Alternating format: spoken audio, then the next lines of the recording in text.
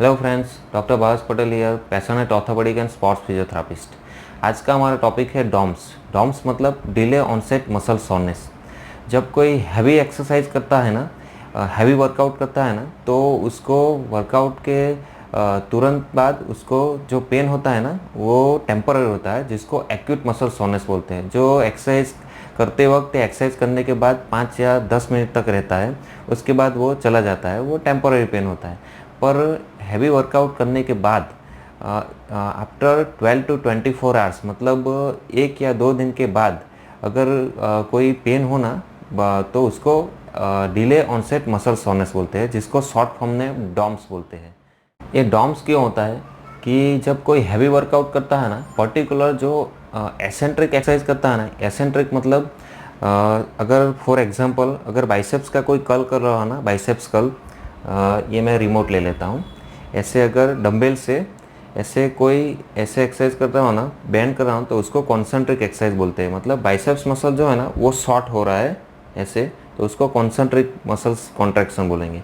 और जब ऐसे सीधा करता है ना, तो वो बाइसेप्स की एसेंट्रिक एक्सरसाइज हो जाती है।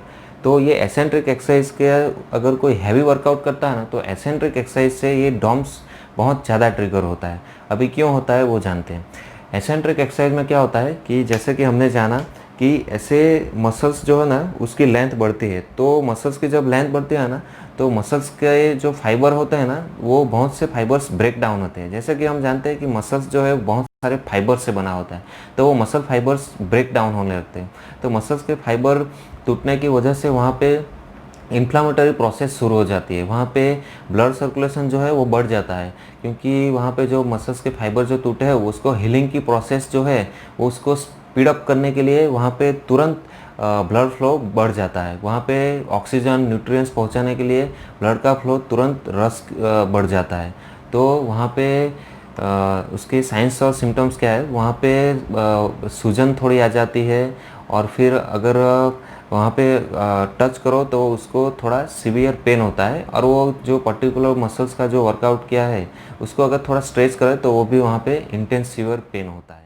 एसेंट्रिक एक्सरसाइज का एक और एग्जांपल ये है कि जब कोई हिल से नीचे डाउनवर्ड वॉकिंग या रनिंग करता है ना, तो जो क्वाड्रिसेप्स मसल जो वर्क करता है ना, तो वो क्वाड्रिसेप्स मसल जो है वो एसेंट्रिक वर्क करते हैं। ठीक है, मतलब वो क्वाड्रिसेप्स मसल को उसमें लेंथ बढ़ानी पड़ती है, तो उसको एसेंट्रिक कॉन्ट्रैक्शन बोलते हैं। ठीक है, तो जब कोई हैवी वर्कआउट्स करता है ना, तब ये डॉम्स होने की शक्यता बढ़ जाती है। तो अभी जानते हैं कि डॉम्स को हम प्रिवेंट कैसे कर सकते हैं।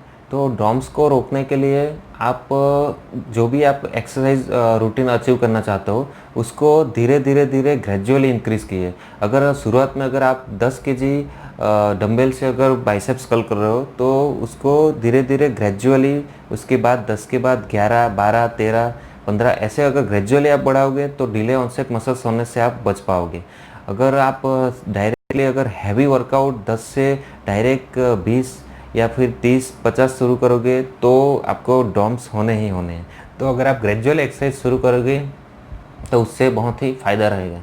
फिर दूसरा है कि कोई भी हैवी वर्कआउट करने से पहले आप उसको, जो भी मसल्स का हैवी वर्कआउट करना चाहते हो, उसका पहले वार्म अप कर लीजिए। तो वार्म अप में जैसे कि आप लोअर लिम्ब की हैवी वर्कआउट करना चाहते हो, तो आप स्लो साइकिलिंग कर सकते हो, स्लो वॉकिंग या स्लो ट्रेडमिल पे रनिंग कर सकते हो। फिर अगर पूरे होल बॉडी आप वर्कआउट करना चाहते हो, तो आप स्विमिंग से वार्म अप कर सकते हो।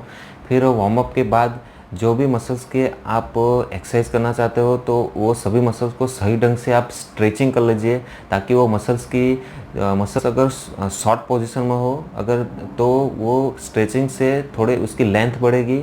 तो जब आप हैवी वर्कआउट करोगे, तो उसको जो एक्साइटेशन कॉन्ट्रैक्शन मैकेनिज्म जो होती है ना मसल्स में, ये एक मैकेनिज्म है। जब वो मसल्स वर्क करता है, तो इसमें ये एक्साइटेशन कॉन्ट्रैक्शन मैकेनिज्म होती है। तो वो सही ढंग से वो मैकेनिज्म हो पाएगी, तो डॉम्स होने की जो पॉसिबिलिटीज़ है वो कम हो जाएगी।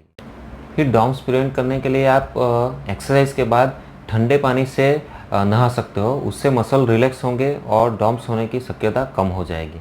फिर एक थियरी ऐसे भी है कि आप हॉट वाटर से मतलब गुनगुने पानी से अगर नहाओगे तो उससे भी बहुत फ़ायदा रहेगा। आप कोल्ड वाटर या हॉट वाटर दोनों में से एक फॉलो कर सकते हो। एक मैं आपको एक बहुत ही अच्छी रेमेडी बताता हूँ। हॉट वाटर में आपको एप्सम सॉल्ट डालना है।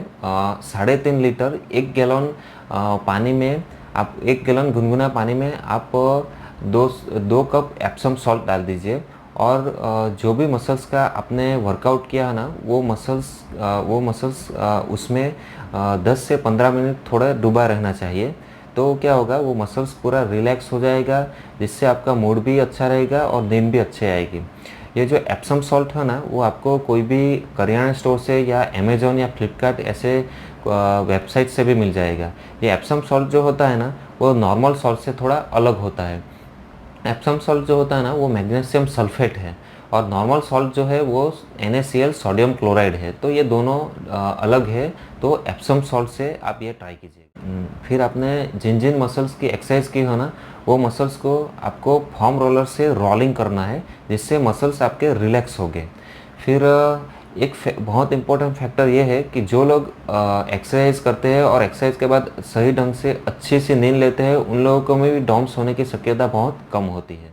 डॉम्स को प्रिवेंट करने की एक थियरी ऐसे भी है, अगर आप पहले दिन अगर आपने हैवी वर्कआउट किया और आपको दूसरे दिन अगर नॉर्मल डॉम्स हुए हैं, और आप अगर फिर से एक्सरसाइज करने के लिए आप अगर रेडी हो और अगर आप एक्सरसाइज कर पा रहे हो, तो आपको एक्सरसाइज कंटिन्यू करनी चाहिए।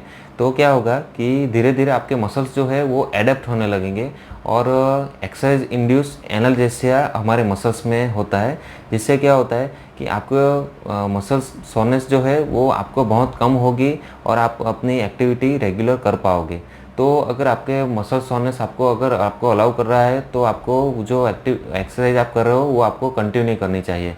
अगर बहुत ज़्यादा मसल सोनेस लग रही हो, तो ही आपको रेस्ट लेना चाहिए। आप एक दिन के लिए रेस्ट ले सकते हो, या तो फिर जब तक आपको डॉम्स में रिलीफ ना हो जाए तब तक आप रेस्ट ले सकते हो।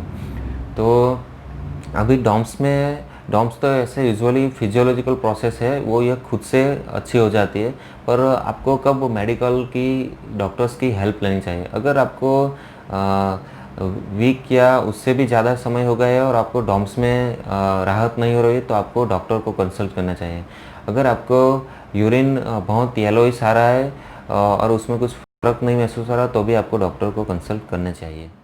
जो भी मसल्स की एक्सरसाइज की हो, वो लिम्ब में आपको अगर बहुत ज़्यादा सूजन आ गई हो, तो भी आपको डॉक्टर को कंसल्ट करना चाहिए। आशा है कि आपको इन्फॉर्मेशन पसंद आई होगी। अगर आपको इन्फॉर्मेशन पसंद आई हो, तो वीडियो को लाइक कर दीजिए, और ऐसे ही इन्फॉर्मेशन लगातार पाने के लिए चैनल को सब्सक्राइब कर दीजिए और बेल बटन दबा दीजिए, ताकि आपको अपडेट्स रेगुलर मिलते रहें। Thank you.